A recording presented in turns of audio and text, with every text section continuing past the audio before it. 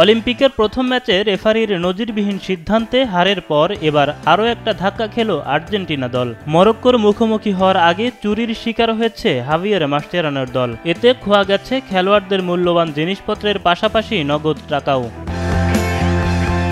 অলিম্পিকের শুরুর ম্যাচের ফলাফল নিয়ে বিতর্ক না থামতেই আর্জেন্টিনা দলের এমন ভোগান্তির খবর সামনে এসেছে। জানা যায়, আর্জেন্টিনা অলিম্পিক ফুটবল দলের ফুটবলাররা অনুশীলনে গেলে সেখানেই হানা দেয় চোর। এই ঘটনার পর থেকেই পাওয়া যাচ্ছে না আর্জেন্টিনার অ্যাটাকিং মিডফিল্ডার থিয়াগো আলমাদার ঘড়ি ও আংটির মতো মূল্যবান কিছু জিনিসপত্র।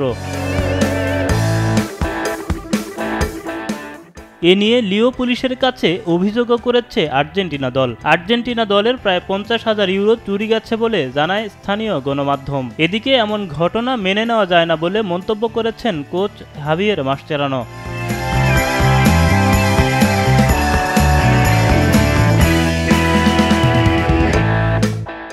2004 ও 2008 সালে সোনাজয়ী আর্জেন্টিনা ফুটবল দলের এবার প্যারিস অলিম্পিকের শুরুটা ভালো হয়নি। অলিম্পিক ফুটবলে শুরুর ম্যাচে মরক্কো 2-1 গোলে এগিয়ে থাকলেও যোগ করা সময়ের 16 মিনিটে গোল করেন আর্জেন্টিনার মিডফিল্ডার ক্রিশ্চিয়ান মেদিনা। ওই গোলের পরই গ্যালারি থেকে শুরু হয় বোতল বৃষ্টি। মাঠেও ঢুকে পড়েন মরক্কোর কিছু সমর্থক। তবে ওই ম্যাচে নাটকীয় এবং বিতর্কিত হার দেখতে হয় মাস্টেরানোর দলকে।